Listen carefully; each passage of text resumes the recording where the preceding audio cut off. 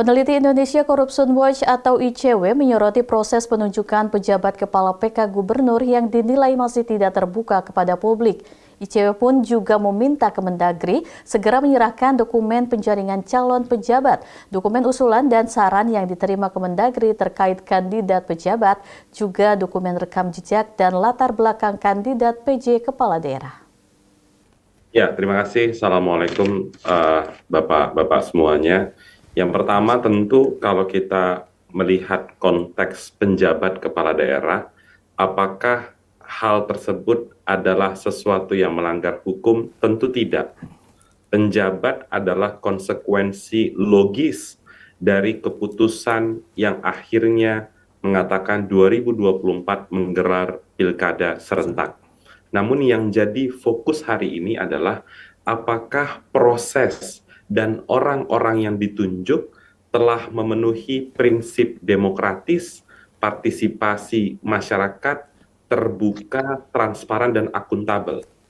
Bagi kami, proses itu sudah ditabrak habis-habisan oleh pemerintah. Kenapa kami sampaikan poin tersebut?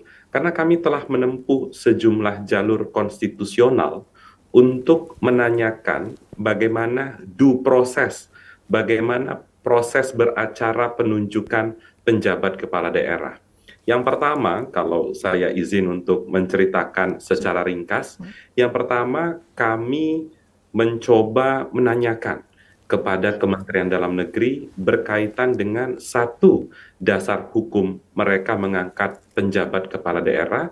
Kemudian yang kedua, yang paling krusial dan penting diketahui oleh masyarakat adalah bagaimana mekanisme penilaian, siapa-siapa saja calonnya, apa rekam jejak mereka. Namun setelah kami kirimkan surat menggunakan mekanisme keterbukaan informasi publik, surat itu tak terbalas. Langkah selanjutnya, kami mempersoalkan hal ini dengan menyangka ada tindakan maladministrasi.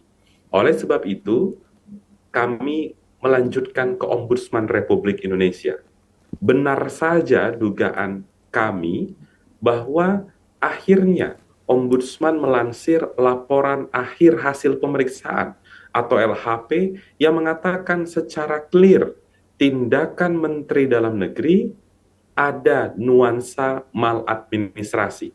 Karena apa? Satu misalnya, karena dasar hukum yang mereka gunakan adalah peraturan menteri, sedangkan mandat putusan Mahkamah Konstitusi tidak bisa urusan penjabat yang terbilang cukup besar kewenangannya memimpin satu daerah digunakan payung hukum peraturan Menteri Dalam Negeri, namun harus peraturan pemerintah.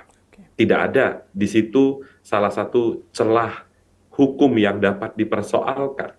Kemudian yang kedua, setelah kami tempuh jalur ombudsman, karena surat yang pertama tadi tidak kunjung dibalas oleh Kementerian Dalam Negeri, kami sengketakan ke Komisi Informasi Pusat.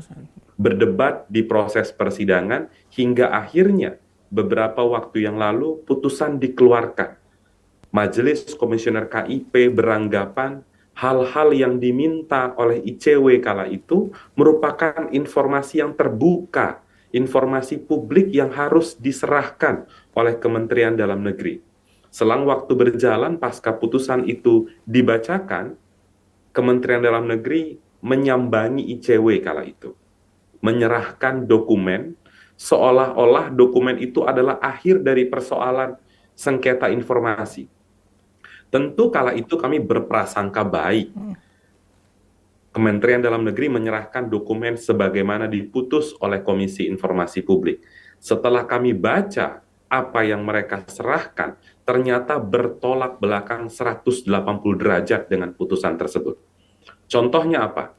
Yang kami minta adalah dokumen hasil penjaringan, rekam jejak, siapa-siapa saja calon penjabat kepala daerah di sejumlah daerah, kabupaten, kota maupun provinsi.